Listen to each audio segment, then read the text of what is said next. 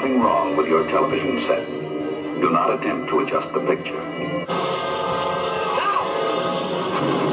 Hello and welcome back to the Ask Johnny channel. Still, I believe, the least watched show in YouTube history. But today we're going to look at ancient Egypt. What the bloody hell was going on back then?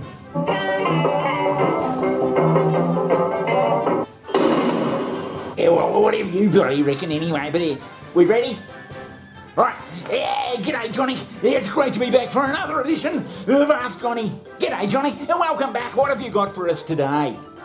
Righto Johnny, we've got Flatbum from Jamaica. Hello to Flatbum out there in Jamaica. To everyone in Jamaica, keep watching us, for Christ's sake. But Johnny, Flatbum asks, Johnny, I have watched with interest your amazing documentaries on all things mysterious, especially the programs on Egypt. What mysteries have caught your eye recently, Johnny? Signed, Flatbum from Jamaica. Thanks, Flatbum, and she's got kiss, kiss, kiss. Thanks, Flatbum. And Johnny, what are the new... Yeah, thanks for that letter, Flatbum. Well, there is bloody one thing about ancient Egypt that's caught my eye recently, and that is... the Serapeum.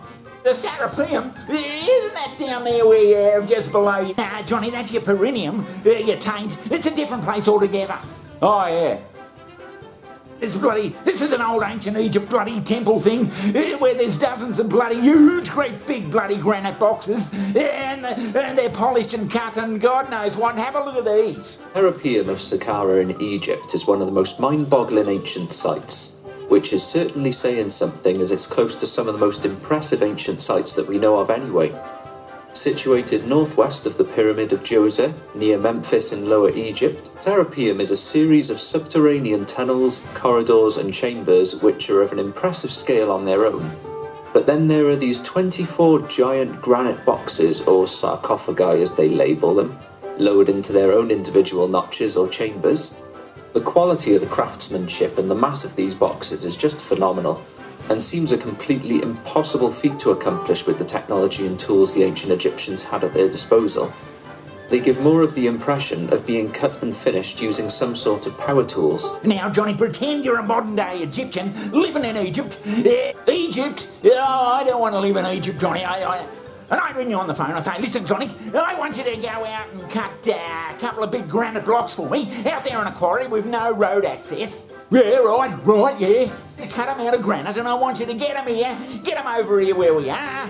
And it's about 200 k's. Oh, Jesus, how big are these blocks?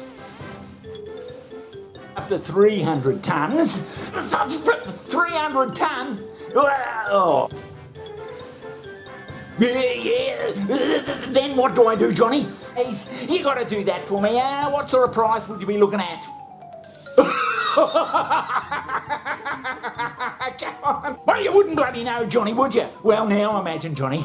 Imagine you're living 4,000 years ago and you're an Egyptian running around in a loincloth.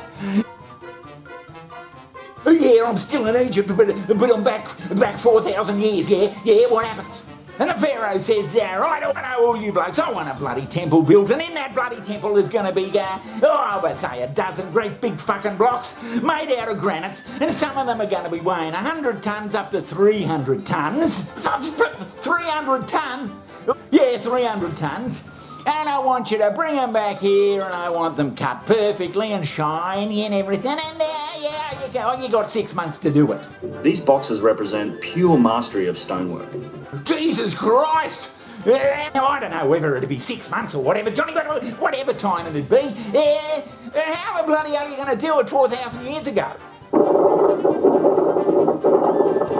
This is how they made them, apparently. Watch out, you'll break it. Jesus Christ! Have a look at... Once you've found your granite quarry, and typically these aren't on flat ground, they're either parts of mountainsides or up large hills. This is true for Aswan, which you can see here. The large solid pieces of stone that you can cut these boxes from aren't on the surface of these quarries. Quite often these are fairly deep underground.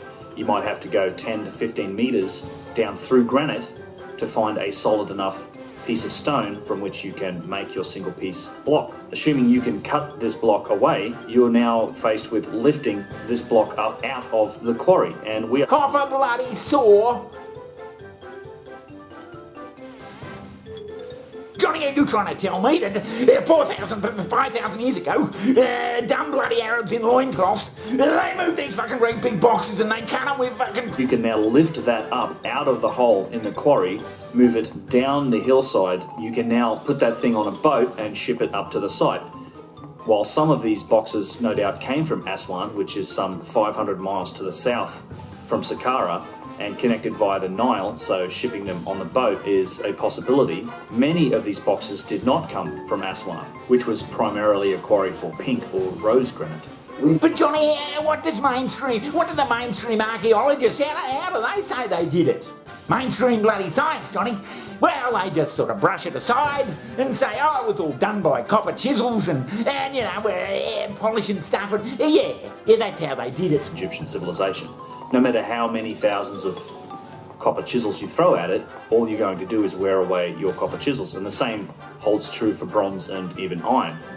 Now, I've seen some examples and some experiments that are kind of laughable that suggest using sand or other slurries that typically contain hard elements like corundum and quartz as an abrasive with a copper saw or a copper tool to work through granite. And while this certainly does have an effect over time, I think they were cutting away at a slab for a day or two and managed to penetrate in about an inch into the material. It certainly does not explain the... It's going to be there for fucking years, Johnny.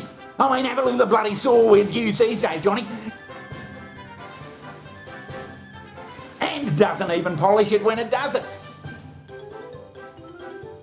And I reckon the present-day scientists and archaeologists and all that, Johnny, they should have an experiment where they set up a big block of granite, rough granite, and they say, right, we want you to produce that, and we're going to give you some copper chisels and some bloody mallets, and there you go. You've got to make that just like that box over there.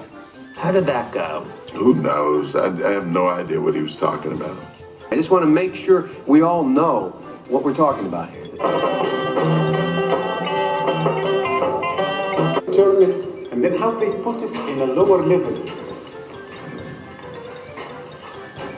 Oh my goodness, they're way bigger than I ever thought. Yeah. So you saying aliens did it, Johnny, or what? So all this to me, Johnny, is another prime example of forgotten technologies from maybe an advanced civilization that was living way before the Egyptians. And probably... Oh, yeah, advanced civilization.